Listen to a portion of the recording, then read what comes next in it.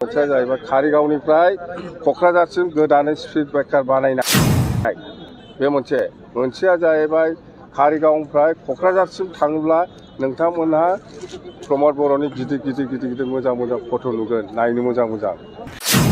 बे मोननै खामानिखौ मावनो हादों जों बेफोरखौ मावनो हायाखै दुखुनांथाव बाथ्रा बे दालां आं बानायबोनायसो बे आइफवालि दालां आं बानायबोनाय जाम्बालाय फिनिशिं जायाखैमोन दा फिनिशिं खालामना होबाय प्रमद बर'निखौ आं बुंबाय थादोंना प्रमद बर'आ 4 बोसोराव मोननै गोदान खामानि मावदों गोदानै आरो आं बेलेग खामानि मावाखै दिनै उदालगुरि जिल्ला बिपिएफ हान्जानि दैदेननायाव मोनसे गिदिर मोनसे मास गेदारिं जादों 20,000नि खमाव जाया पाब्लिक गेदारिंआ बे पाब्लिक गेदारिंआव उदालगुरि जिल्लायाव जेसेबां जाथि जनगोष्ठी दं आदिबासि होन सान्थालि होन बा नेपालि होन बा गरखा होन बा बेंगलि बा गार' राभा राजबंशी मुस्लिम नाथजुगि सूत्रधर अर्थात जेसेबां जाथि जनगोष्ठी दं बयबो दिनै बे मिटिङाव ओंखारफैदों जोंखौ सहयोग खालामदों आं बेखायनो धन्यबाद होदों गासिबो जाथि जनगोष्ठीनि लिडारफोरखौ जे माने इसेबां खस्थ' खालामनानै जोंनि बे मिटिङाव फैनायनि थाखाय आरो जोंना उद्देश्यआ बेनो फैगौ लकसभायाव जोंनि बिपिएफ हान्जाया दरं उदालगुरि लकसभायाव जायखिजाया देरहासार जानांगौ आरो आं दिनै जिखिनि नुदों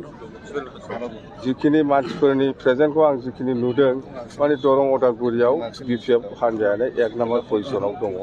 जुद्धआ जागोन जोंना कंग्रेस बिजेपि आरो बिपिएफनि गेजेराव बे मोनथाम दोलोनि गेजेराव जुद्ध जागोन खिन्थु जोंनि पजिशना दा बिपिएफना 1 नाम्बाराव दङ जोङो 50निफ्राय 1 लाख डिफारेन्सआव जोङो देरहागोन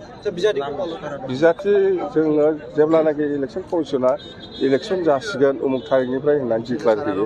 बिनि साननै उनाव जोङो केन्डिडेटखौ डिक्लेयार होगोन केन्डिडेटआ दाबो थिग जाथ'वाखै सार पिपलावहाय मिशन दङब्ला बिपिएफआव मा दङ बिपिएफना जाहैबाय बिटिसि ओनसोलाव गोजोन खौसेथि आरो उन्नयन लाखिनायानो जोंनि बेनो मिशन बेनो बिजन सार जों नुबाय थादों बे आइफवालि दैसाखौ दा बेखेवना होबाय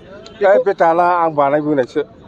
बे आइफवालि दालां आं बानायबोनाय जाम्बालाय फिनिशिं जायाखैमोन दा फिनिशिं खालामना होबाय प्रमद बर'निखौ आं बुंबाय थादोंना प्रमद बर'आ 4 बोसोराव मोननै गोदान खामानि मावदों गोदानै आरो आं बेलेग खामानि मावाखै मोनसेया जाहैबाय कारिगावनिफ्राय क'क्राझारसिम गोदानै स्पिड ब्रेकार बानायनाय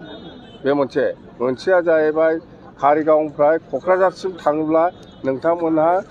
प्रमद बर'नि गिदिर मोजां फट' नुगोन नायनो मोजां बे मोननै खामानिखौ मावनो हादों जों बेफोरखौ मावनो हायाखै दुखुनांथाव बाथ्रा